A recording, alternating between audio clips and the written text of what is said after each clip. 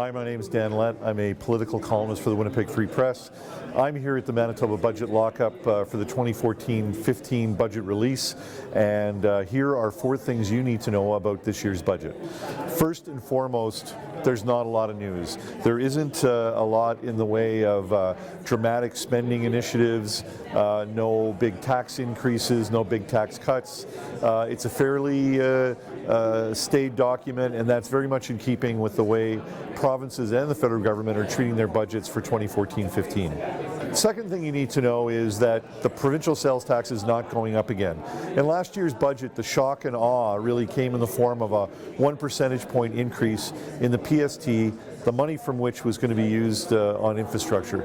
This year, there's no major changes to the PST or any other form of taxation. There are some very small and somewhat exotic fee increases, but unless you're drilling for minerals or a hunter, it shouldn't really affect you. The third thing you need to know about this year's budget is that there is progress on the deficit. Last year, the government projected in its budget that it would have a deficit of $518 million at the end of the 13-14 year. They actually managed to get that down to $432 million, and for the next budget year, 2014-15, they're projecting that will go down to $357 million. Now, as long as we don't have a major natural disaster, it's quite likely the government will exceed and do better than that target, just based on the fact the economy is supposed to do very well in the next year.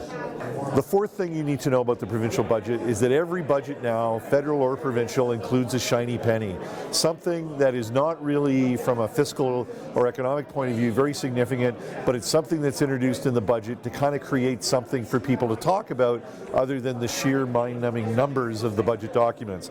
This year, that talker, that shiny penny, is low-interest loans for snow tires for your car through Manitoba Public Insurance.